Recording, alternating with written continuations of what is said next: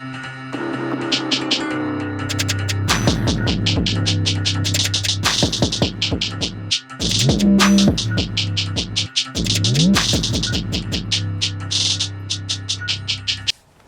back to another episode of SitM Podcast, the Couch Talk. I'm joined by a great guest, Miss Tracy. Hello, Miss Tracy. Hi, how everybody? Well, before we get into who Miss Tracy is and why she's here, make sure you visit www.sitmpodcast.com to shop exclusive merch. You know, it's getting a little cold out here. I know I still ain't got no merch on yet, but it is hoodie season. So you gotta make sure you go on the website and cop some merch.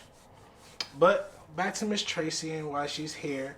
You know, you reached out to the platform a little while back saying that you wanted to share your journey. I think you had seen a little bit of the BBL episode that we had on the Couch Talk, and it kind of struck home with you and resonated and brought about a topic that, you know, was kind of interesting and I was thinking about as well, which was fertility preservation. Kind of talk about what made you want to, one, reach out to this show and share your story versus, you know, going out and doing whatever it is that you may have wanted to do with your story. Okay, well, really, I think that this concept of fertility preservation is new. A lot of people don't really know what it is. It's actually getting your eggs frozen.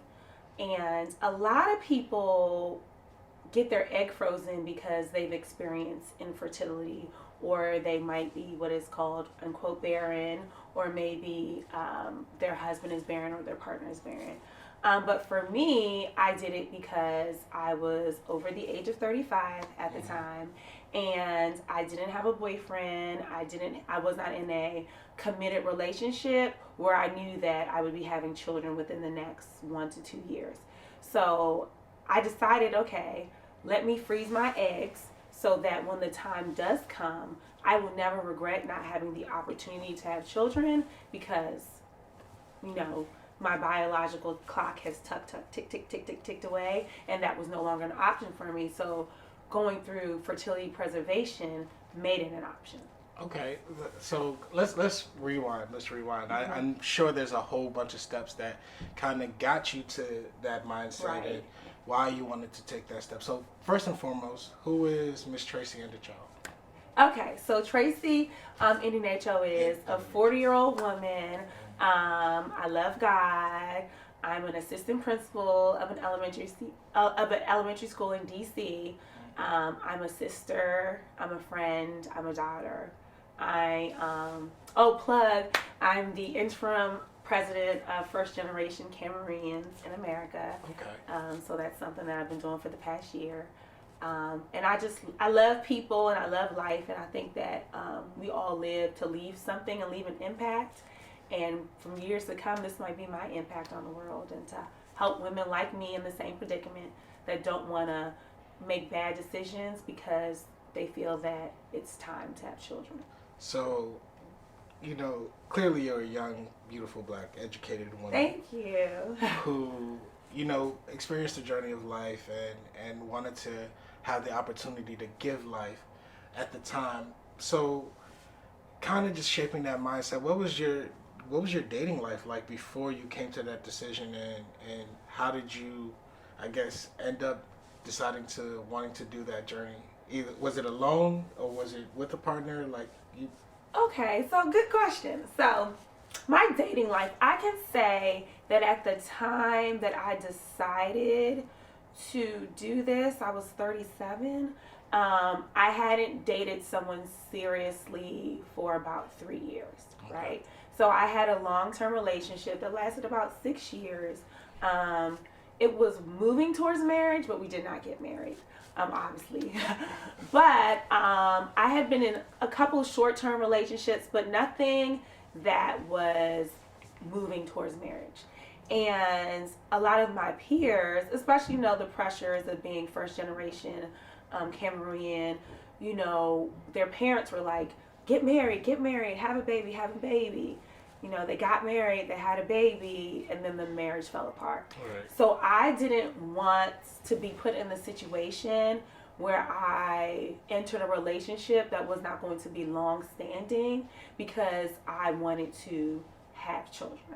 So I figured that, if I had the money, I should freeze my eggs. So when I was dating, my decisions would be based on me loving someone, me vibing with someone, us really wanting to be together, and not the decision of we got to have kids and we got to start moving on with our life. That actually, when you say that, that actually brings me to this mindset of, okay, so you're now in this place. You've decided to take that step. So we're going to kind of jump around here. Okay. So first question is, when you decided to go through the process, what type of fertility preservation did you decide to go with? Because I see that there's many different options. Let's start there. So that's great. That's key. So there are many options, and the options come because of the woman's state of her ability to have children. So for me, because I have not tried to have children, or I wasn't at the state to know that if there was an issue with me making babies, carrying babies, or carrying a child full term, I just froze my eggs. And according to the doctors, or where I went to was just Shady Grove, that's called cosmetic egg freezing. Okay. So it's cosmetic because I'm doing it as a luxury. I'm doing it as I don't have to do it. There's nothing in my body that is proven that I need this. I'm reproducing fine. So it's cosmetic because I'm just doing it to save the eggs for when I want to use them. With that being said, so did the insurance actually cover that procedure? So that is good to know, and a lot of people ask, because it's cosmetic, insurance does not cover the procedure. Wow. Insurance only covers infertility if there's proof that you cannot form eggs or children on your own. And with a lot of laws being mandated surrounding a woman's body, do you feel like maybe instead of focusing on the choice that a woman can make, that there should be other, I guess, laws that kind of stand by women with the decisions that they decide to make with their body? Because it seems like the government tends to focus on one aspect of it versus the other many different factors or complications that they could do to improve coverage for women when it comes to these insurance companies. I think that's absolutely true.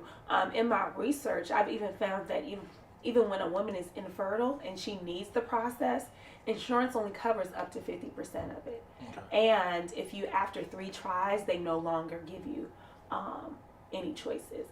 I think that it's unfair that, the same laws that want to mandate whether a woman can have an abortion or can't have an abortion doesn't support women. And the fact that if they want to preserve their opportunity to have children at a later date when at the right time for them. It's kind of weird, right? Like, a lot of women have abortions because it's not the right time for them to have that, but there aren't things in place that support women that want to preserve their fertility to have children at the right time for them. That's absolutely crazy. Let me jump around. So you decided to go with that option. Now you've already known that you're living your life. When you're out here dating, right? Because I'm sure you're still. I am dating, yes. Okay. Are you dating someone? Are DMs open? DMs are open. Okay, fellas, shoot your shot. But the question really was, when you meet someone, right? Is this something that you present to them at the beginning? Well, I guess I don't know in what stages of your relationship you kind of introduce this concept and idea, because you are where you are. Right. So it's very interesting. I do date. I tend to date men that are African, and age is a big factor when dating, especially because I'm 40, and being able to childbear is a big factor. But what I have really noticed is that when it comes up in conversation that I have frozen my eggs, a lot of men are unaware of what that actually means.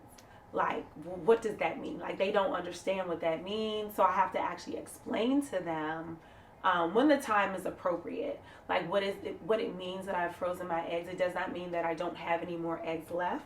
It just means that there was a time when, Females, we produce eggs every single month. The problem is that as we grow and get older, the amount of eggs that we produce every month lessens, right? Okay. And just because the eggs are present doesn't mean that they're going to be fertilized by sperm.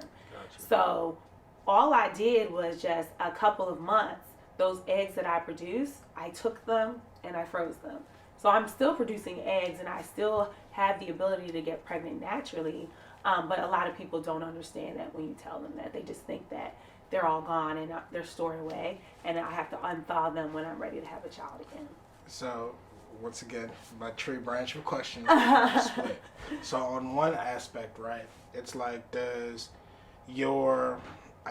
you see that your option of men, I don't know how best to phrase that, but your option of men, does that change based on you sharing this information, or how would you say your dating life is affected by this decision? I don't know how my dating life is affected by this decision. I have to say that, like, when guys that I've dated have found out, they haven't necessarily said, that's a relief, because maybe that comes off as being rude. But I know that, friends that I have that are males, or like just other peers that are around my age are like, oh, that's so great. Dating's going to be much easier for you. But I can't say that a partner has actually said, oh, I'm so glad that you froze your eggs. I don't have to worry about that now. I think maybe they might think it's insensitive, perhaps, or maybe they haven't fully disclosed to me that my age and childbearing was a concern for them. So it doesn't really come out that much, Okay. I have to say. On the flip side of that, right, someone like me, I might view that as a benefit. Because, like, for me personally, anybody that knows me knows I don't have any children. I'm not there yet. But anyone that knows me knows that I pray to God for twins. Right. Oh, so do I. So, like, with something like that, right, if you were to meet someone who was just like, that's the journey I wanted to take and have the option of going the in vitro fertilization route, knowing that that's a possibility, is that something that you would take? Yeah. Definitely. Okay. I want children.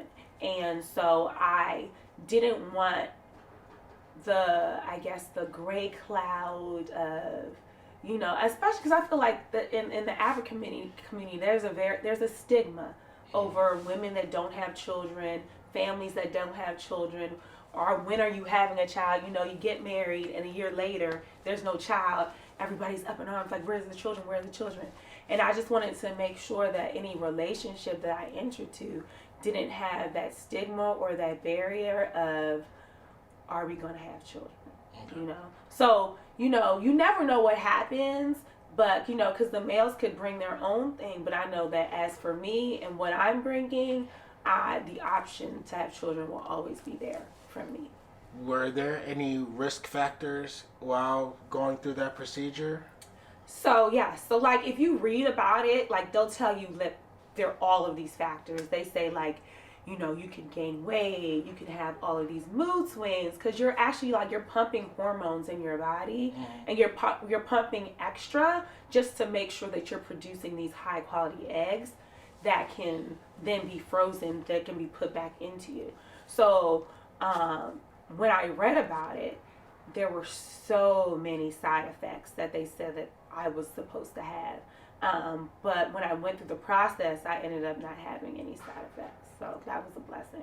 What was that initial conversation like with your family when you decided to make that journey? I didn't really have a conversation. I was just like, you know what?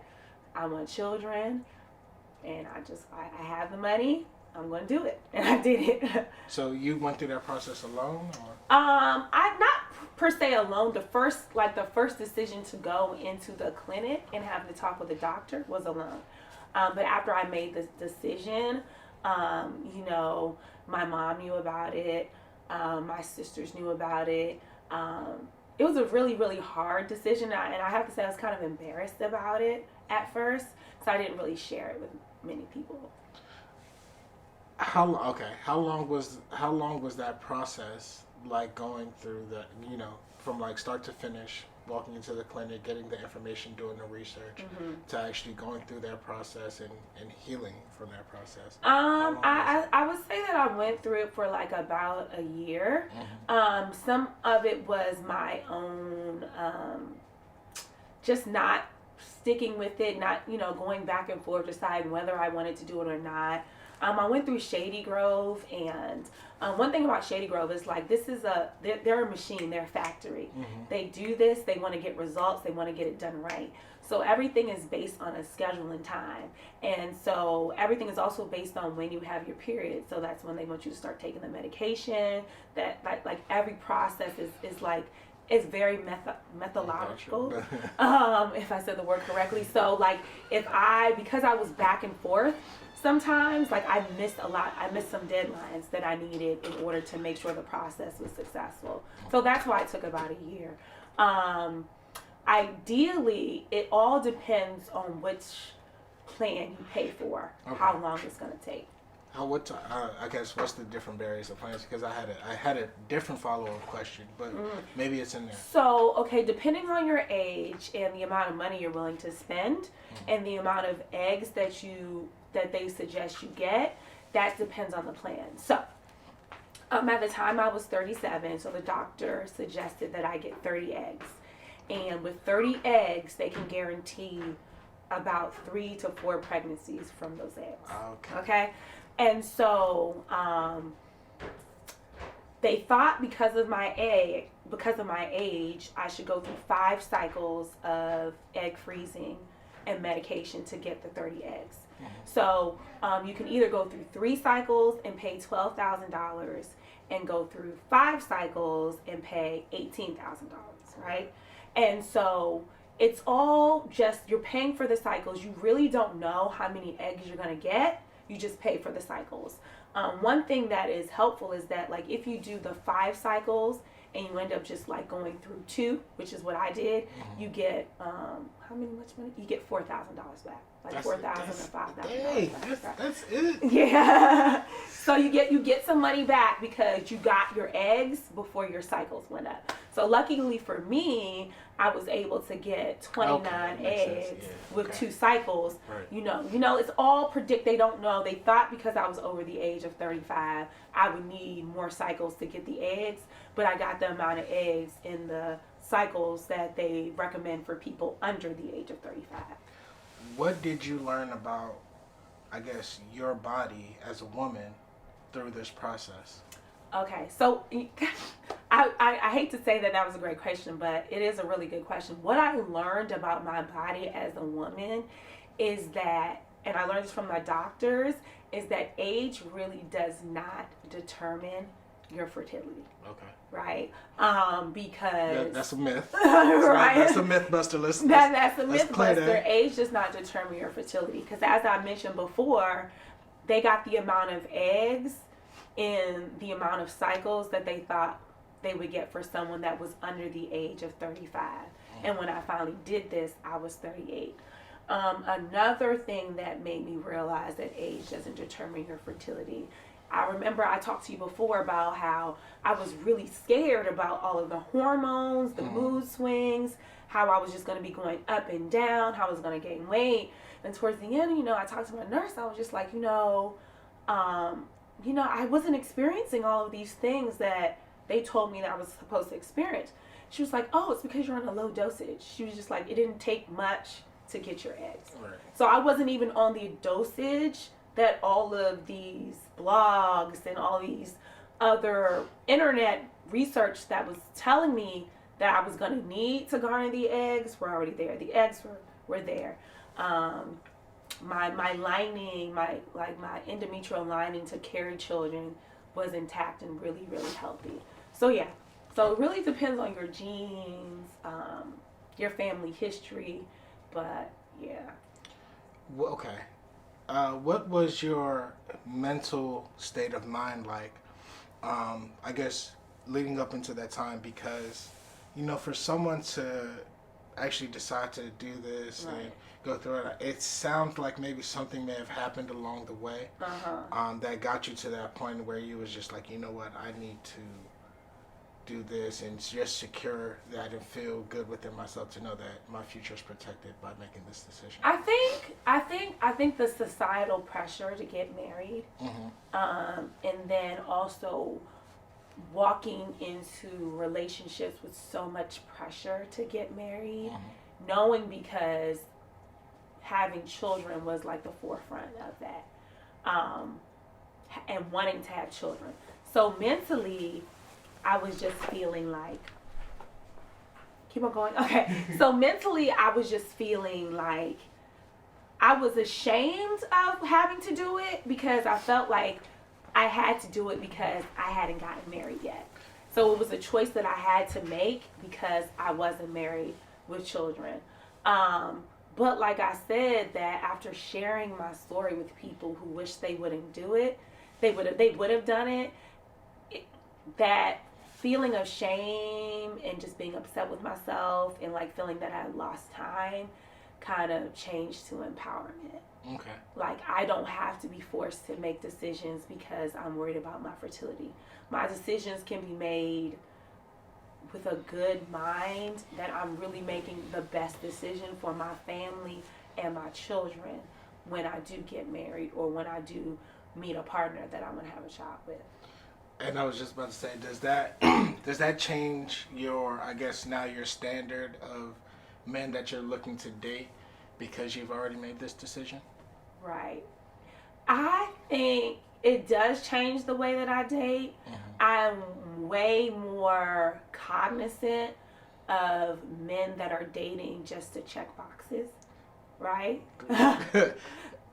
Explain, elaborate. I think I know what you mean, but... So I feel, and this, no one can change that, I feel that when a man gets a certain age and they're ready to get married, any woman that fits a mold and is available, that they will marry them, right?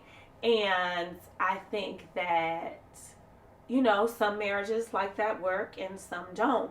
But I feel that that is societal pressure making that man do that.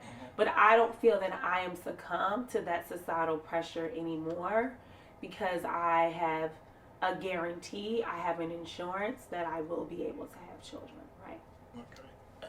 Now, have you given yourself a timetable? Let's say, you know, because sometimes it's not our plan, it's God's plan. Right. I am actually going back and forth with that.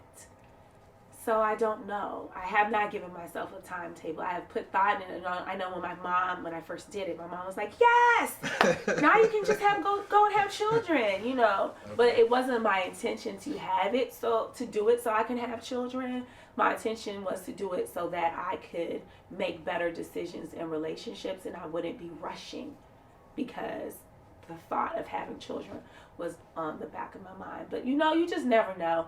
I am still hopeful that I am going to get married. I know that it's going to come. I know that that's what God has for me.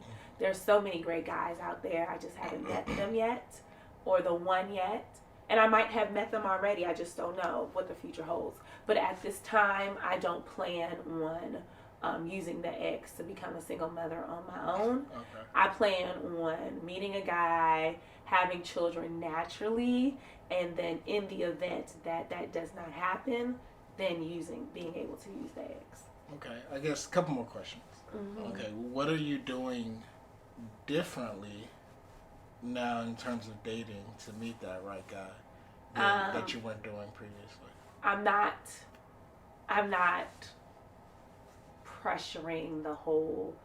I mean, like you say pressuring, right? I'm not meeting a guy thinking this is the guy I'm gonna marry. Okay, and you're just kind of, I don't want to say going with the flow, but I am going with the flow. I think that I think that I do believe as a female, it's important to make it clear your intentions, like why you were dating. But I'm not dating everyone I meet. I don't expect that to be the guy that I'm going to marry. Okay, that's fair. You know. Well, let me think. I don't know. You shared so much about this process and kind of the state of mind of women when it comes to, wanting to think about starting a family and starting a family with the right person. So does that mean, like, your take on love? It must be something dear to you. That you, like, in your younger, I guess, relationship. You mentioned that you were in I think 3-year relationship. Yeah. Okay, 3-year relationship previously, but before that, was there other relationships that you felt like also didn't work out that attributed to that 3-year relationship that then got you to this place? No, I think I just think that I might be cliche. I think love is a beautiful thing, and I don't think that I think when you meet a person, like you don't, the outside pressures of what the expectations of people, the expectations of yourself, the expectations of your partner, the expectations of society sometimes can ruin love. That's a very beautiful thing. And I think that it's important to be able to address the barriers front on, or what can be a barrier front on. And I think that that's one of the reasons why I chose to freeze my eggs, because I know in our culture, the ability to have children is a barrier on relationships. That is a big fact. That is a huge fact, yeah. Because, a lot of women now, it does seem that way, where they want to get married or before the age of 30. It's always this 30 number. It's not even 35. And I think before it used to be 40. And as we get older, that age starts going down because of that societal pressure. Right. And then even even in I'm Cameroonian, in our culture, there's come not stay, right? So like it has been, it's some people's pattern that, you test to see if the woman can have a child, she stays, and then you marry her, right? Wow. And so as the girl came and she stayed because she got pregnant.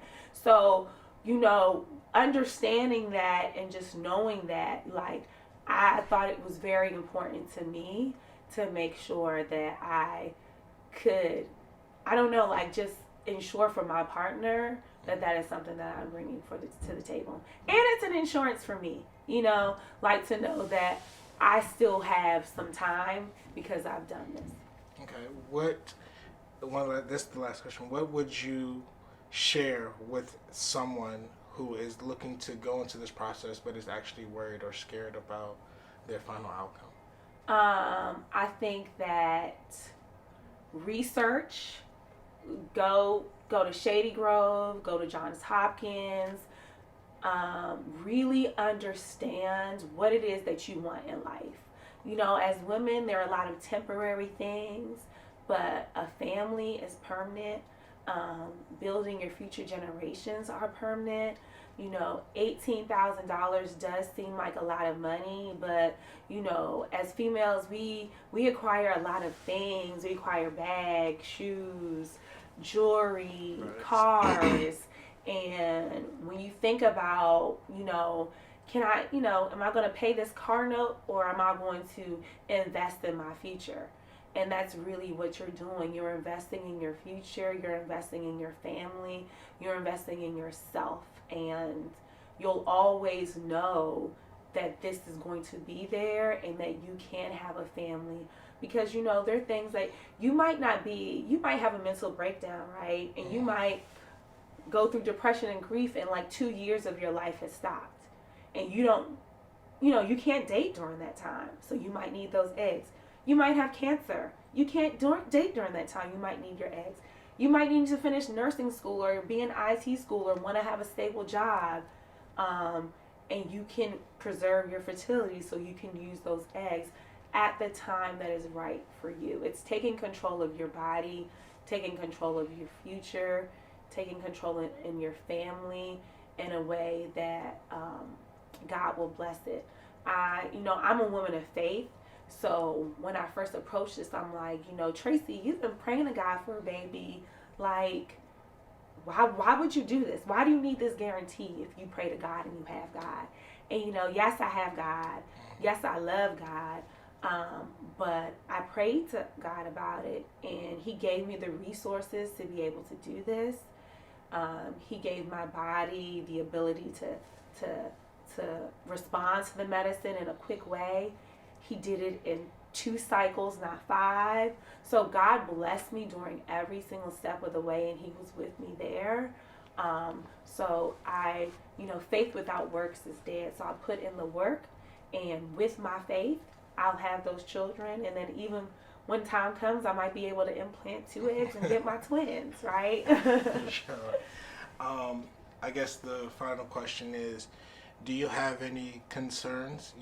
Because sometimes there's also research that goes to say that being an older parent isn't as easy. Some say there's benefits, some say, there aren't as many benefits. Have you done that research, and how does that make you feel knowing that that may be the trajectory that you're going? I've done the research, and, my mother was an older parent, so I watched her raise my younger sibling, and we're 13 years apart, and I have living proof that women can have children older and they can come out fine, and they don't have any physical abnormalities, they don't have autism. I do know that starting over again probably was a challenge for my mother, but I do know that her children are her world, and children are my world. I'm an educator, so I don't have any worries or any fears. I believe that God is going to bless me with children, and he's going to be with me every single step of the way, and it's going to be amazing, it's going to be glorious, it's going to be my testimony and my story. So I really don't have any worries at all.